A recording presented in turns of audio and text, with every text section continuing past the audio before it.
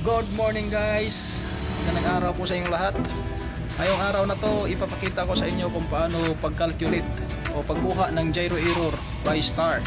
So kagabi, kumuha ko ng gyro error by star. Kaso hindi ko na video, so ngayon ko ipapakita sa inyo kung paano ko kinuha, paano pag-calculate.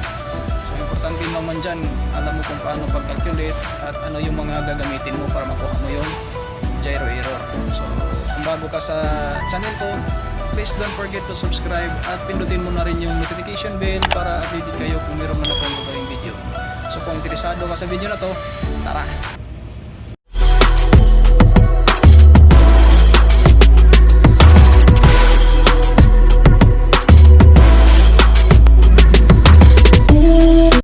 So ang kakailanganin lang natin guys sa pagkuha ng gyro error is ito, Norris nautical table, nautical almanac at saka calculator. Okay, so kagabi meron akong ito yung nakuha ko na observation. So ang kinuhanan ko is si Sirius. So sa oras na ito, UTC time ito guys, sa UTC na 13 hours 02 minutes and 10 seconds December 20, 2020, sa latitude na 33 degrees 50.4 minutes north, longitude 126 degrees 52.5 minutes east. So paano ko ba kinuha yung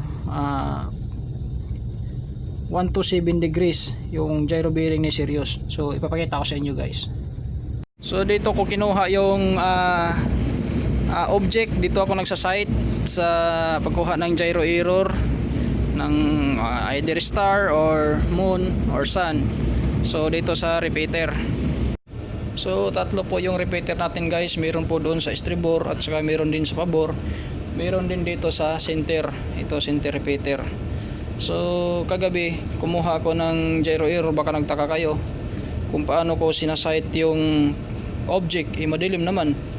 So yung repeater natin guys, may ilaw yan. Ayan o, pailawin ko ayan, umiilaw yan. Pag gabi maliwanag yan. So kapag dito ko kinukuha, tinatarget ko yung object.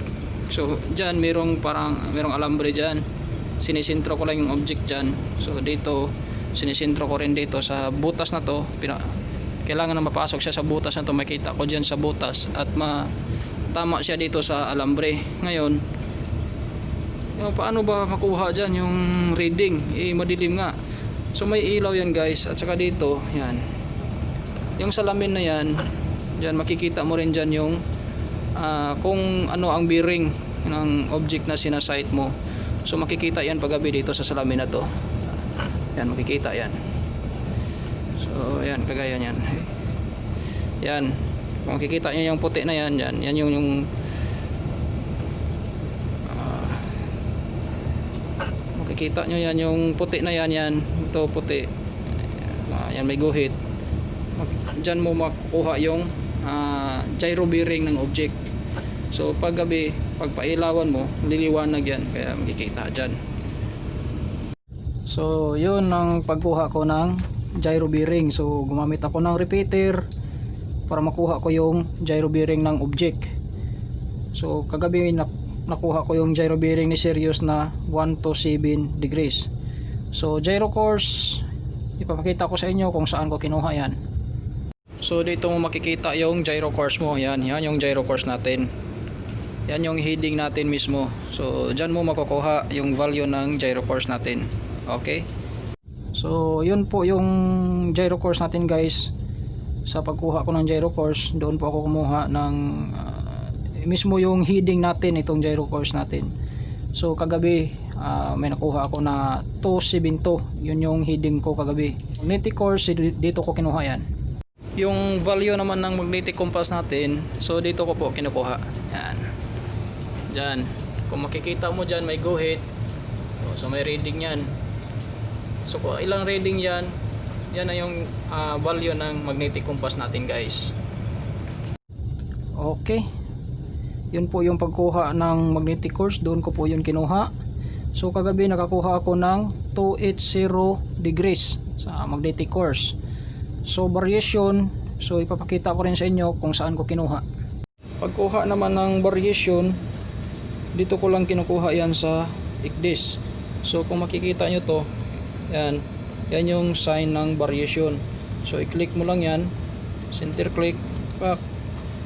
Tapos dito yan, magnetic variation, i-click mo rin yan. So dito, yan, makikita mo na yan dyan yung variation. Okay, so sa next ko na video ipapakita ko sa inyo kung paano pag-calculate ng variation, pagkuha ng variation. Kasi minsan dito yung year, ngayon 2020, minsan magkakaroon dyan ng 2015, 2010. So ipapakita ko sa inyo kung paano pagkuha niyan sa susunod ko na video. So pwede rin kayong kumuha ng variation dito sa GPS. Kaso dito kasi sa GPS buo siya, walang butal, kaya mas gusto ko doon sa ICDIS. Kasi may butal doon eh. So masasabi ko na accurate doon sa ICDIS kaysa dito sa GPS. So ganito lang, menu, tapos system setting 9 and plotter setup 1. Yan, makukuha mo na yan, magnetic variation. So dito buo talaga siya, 7 degree west.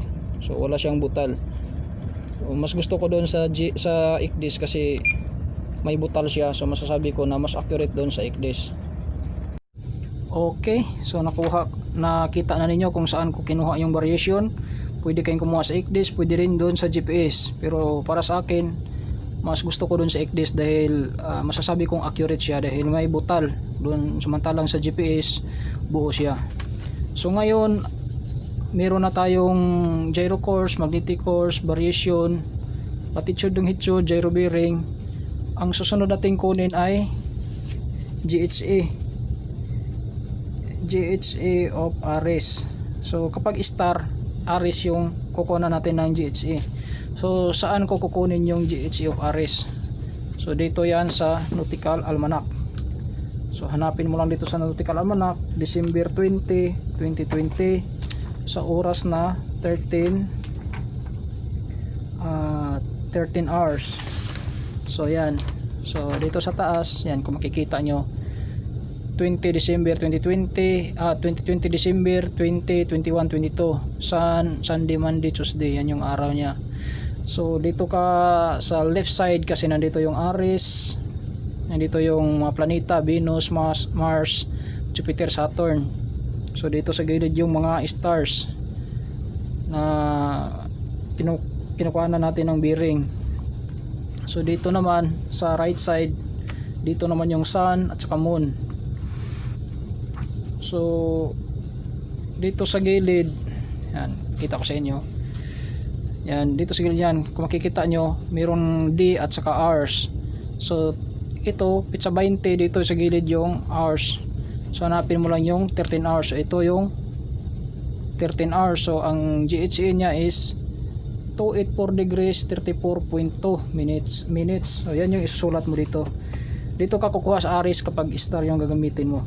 So 13 hours 284 degrees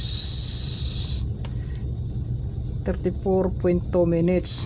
So kukunin mo rin yung sidereal hour angle. So dito yan, sidereal hour angle saka declination. So sidereal hour angle, declination ng star. So ang kinuhanan ko na star ay si Sirius. So hanapin mo lang dito si Sirius. Yan, ito si Sirius. Yan si Sirius, meron siyang sidereal hour angle na 258 degrees 28.8. So yan yung isusulat mo dito. Sidereal hour angle Sirius 258 degrees 28.8. and declination, so ito yung declination yan, so kunan mo ng declination si Sirius. Yung declination nya is south 16 degrees 44.7 minutes. So ngayon ang susunod mo na gawin ay kunin mo yung increments. So increments ang gagamitin kung ang ginagamit natin sa GHC ay oras, ang gagamitin natin sa increments ay minutes at saka seconds. Sa pagkuha ng increments, dito ka lang sa yellow page ng almanac. Okay, ito yung yellow page ng almanac. Okay, so makikita mo dyan, dito yung minutes sa taas yan. Yan, dyan yung minutes sa taas. 0 minutes, 0 minute, 1 minute, 2 minutes. Dito naman sa gilid, ito naman yung seconds, at saka ito naman yung value nya. Yung sun, at saka planets dito. Tapos yung Aries, dito yung Aries. Yan. Kita ko sa inyo. Ayan. Yan yung Aries. Okay? Tapos moon. Okay? Dito yung Aries, dito yung moon. So ang oras natin ay 13 hours 02 minutes 10 seconds. So dito kukuha tayo dito sa 2 minutes and 10 seconds. So ito 2 minutes 10 seconds. So ang value niya is 00 degrees 32.5 minutes. So yan yung isusulat natin dito sa increments. 00 degrees 32.5 minutes. So always plus yan para makuha mo yung true GHA ng Aries. Plus mo yan, unahin mo yung minutes. 34.2 plus 32.5, so 66.7. wala namang 66.7 minutes. So bawas ka ng 60. So minus 60. Ang resulta is 6.7. So mag-carry 1 ka dito. Mag-add ka dito ng 1 degree. So ang true GHA mo ng Aries is 285. So kunin mo ngayon, sunod ay LHA. Para makuha mo yung LHA, i-apply mo yung longitude. So meron kang longitude na 126 degrees 52.5 minutes east. So dahil east, plus, kapag west, minus. Okay, so 6.7 plus 52.5, tama ba? 6.7 plus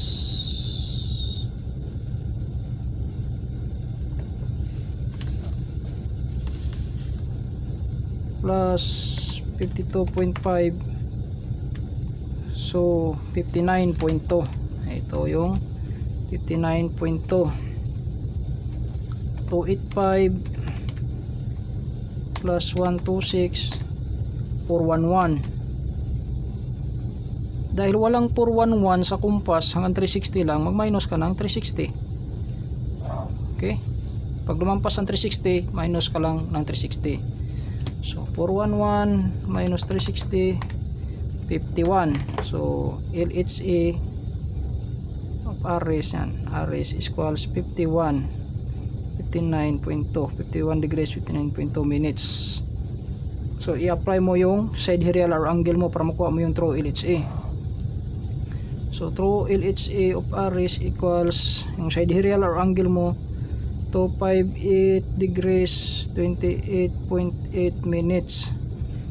So i-plus mo ulit siya yung minutes, unahin mong yung minutes.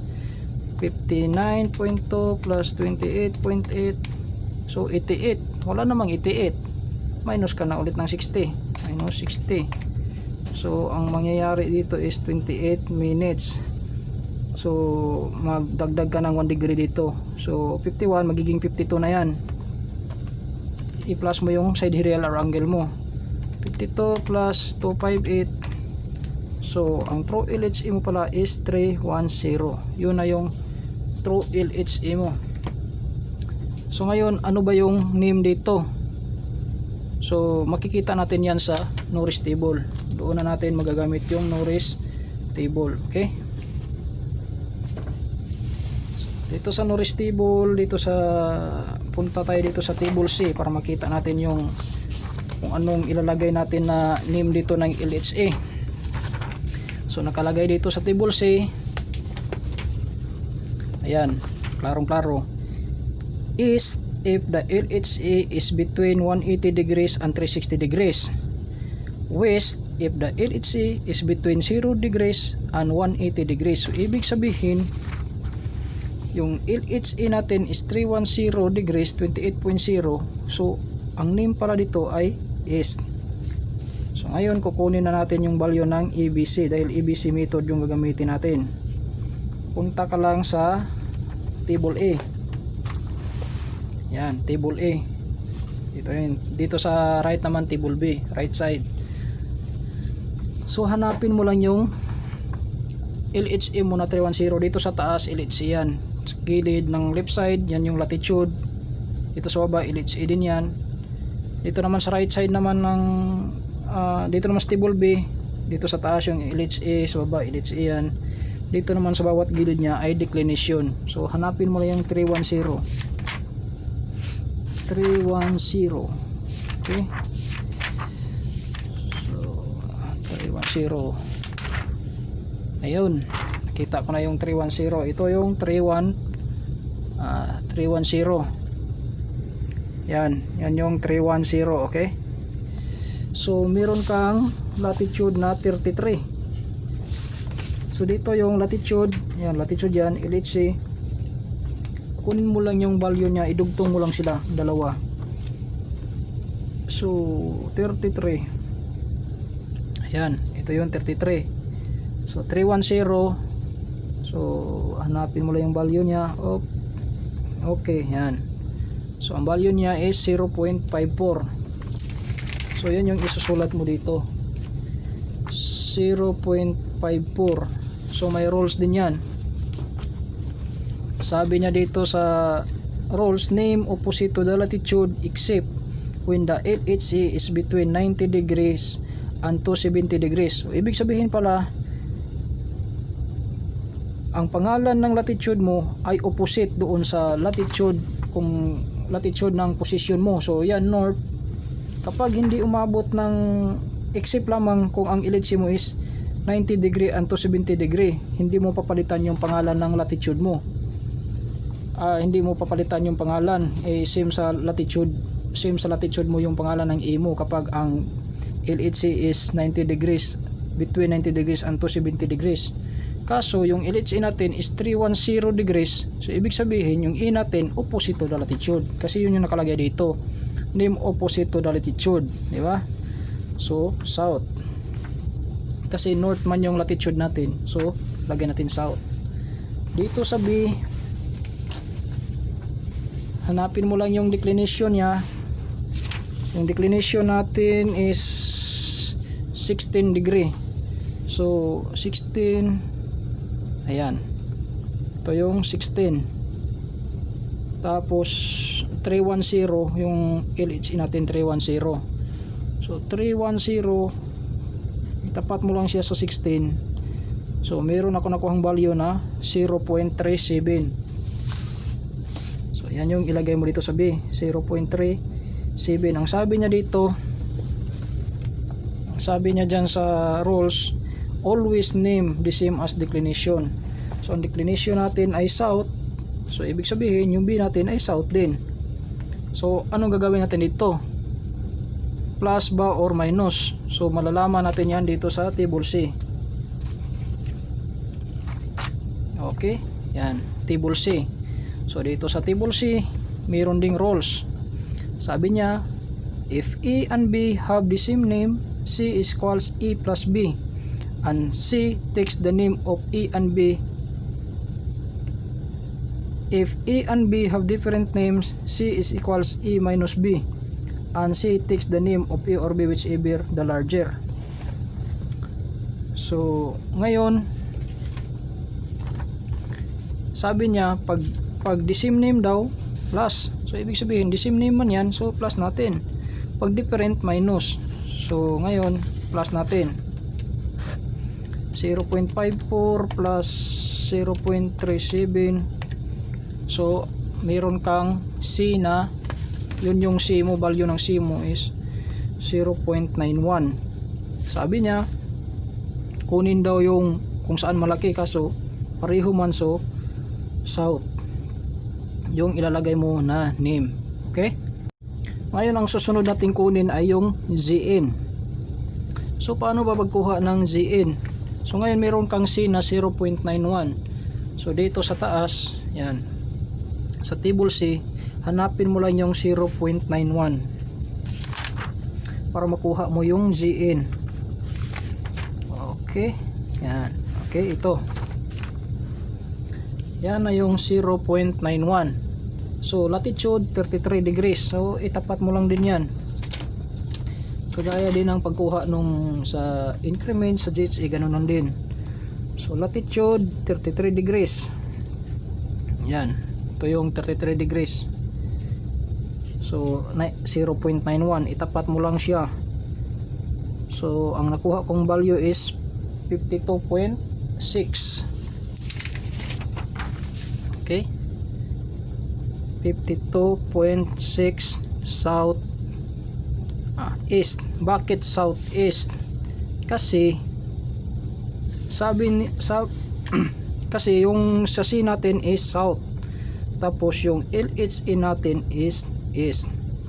So ngayon dahil southeast, ima-minus ko ng 360. Madali lang yan tandaan guys. Kung ano yung name dito sa C nyo, yan yung ilalagay nyo dito sa pinakauna, south. So yung LHE nyo east, so ilagay nyo rin dito yung east. Okay, ito yung prefix at saka suffix. Mali pala to, 180 pala ito. 180 ang i-minus mo dito. So bakit 180? Ganito yan guys. So gawa tayo ng bilog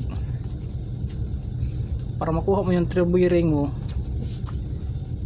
So kunwari ito yung compass, hahatiin natin sa 4 na quadrant. Yan.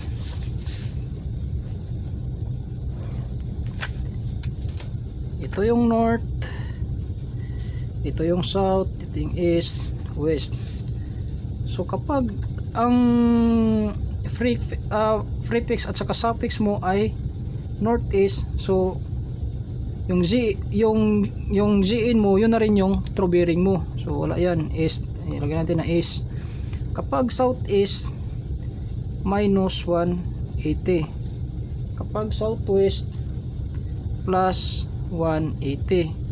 Kapag northwest, minus 360. So ibig sabihin, southeast, mag minus ka na 180 para makuha mo yung true bearing mo, true bearing ng object. So 180 minus 52.6. So ang true bearing mo pala ay, ang true bearing ng object ay 127.4 degrees. So yun yung true bearing ni Sirius. So ngayon meron ka ng true bearing, makukuha mo na yung gyro error. So true bearing is equals 127.4 at saka yung gyro bearing mo, yan, yung gyro bearing 127. So gyro bearing 127. So always minus. Kapag error, minus yung kukunin mo. So gyro error is 0.4. So anong ilalagay ko na name dyan? East ba or west? So merong keywords dyan. So compass based, yan, error west. So madali lang tandaan yan. Tanggalin mo lang yung pinaka unang letra, di ba? East, di ba? Pareho sila. So west, beast, yan lang yung tatandaan mo dyan. Kapag compass list, error east. Okay, tanggalin mo lang yung letter L. So east, compass list, error east. So ibig sabihin, kapag malaki yung compass, ang error ay west. Kapag maliit yung compass, ang error ay east. Okay, so yun, dahil maliit yung compass natin, ang error natin ay east. Yung gyro bearing maliit, kaya ang error natin ng east. So kapag malaki itong gyro bearing, mas malaki siya kaysa true bearing, ang error ay waste. So i-apply mo yung gyro course para makuha mo yung true course. So yung gyro course natin is 272 dahil ang gyro error mo ay east, so plus, kapag west minus. Okay, true course equals 272.4. So para makuha mo yung magnetic error mo, i-apply mo yung magnetic course. So ang magnetic course natin ay 280. So 280. So dahil error yung kunin mo, always minus. 280 minus 272.4. So meron kang magnetic error na 7.6 west. Bakit west? Kasi nga dito sa rule, compass based error west, compass less error east. Kapag malaki ang compass, west ang error. Kapag maliit ang value ng compass, east ang error. Okay, so ang magnetic compass natin ay malaki, so ang error ay west. So para makuha yung division, i-apply mo yung variation. Yung variation natin ay 7.5 west. 7.5 west. So palitan mo ang west ng east. Lagi yan. Kapag east naman dyan, palitan mo ng west. Okay, so kapag pareho yung name, add. Kapag hindi pareho, different, so minus. So ngayon hindi siya pareho, minus natin. So ang division ay 0.1. Kung alin yung malaki dyan, yun yung kukunin mo na pangalan, na name. So malaki yung west, kaya meron ka palang division na 0.1 west. So machi-check natin yan. Tandaan mo lang ito, did man vote twice. Okay, itong C dito yan sa compass, magnetic compass. So 280, tapos division, ang D division 0.1 west, dahil west minus, kapag east plus. Okay, so 280 minus 0.1 equals 279.9. Variation mo is 7.5 west, so minus ulit. So ang true course ay 279.9 minus 7.5, 272.4. so pareho siya sa true course. So tama yung calculation mo. So ganun lang po kadali guys yung pagkuha ng gyro error. Ito by star ito. So pag sun naman yung kukunin nyo at saka moon, magkaiba naman yung calculation nun. So sana po guys may natutunan po kayo sa video na to, lalo na sa mga maritime student at saka sa mga gusto mag-official. So magagamit nyo rin to in the future. Maraming salamat po guys sa panonood. God bless.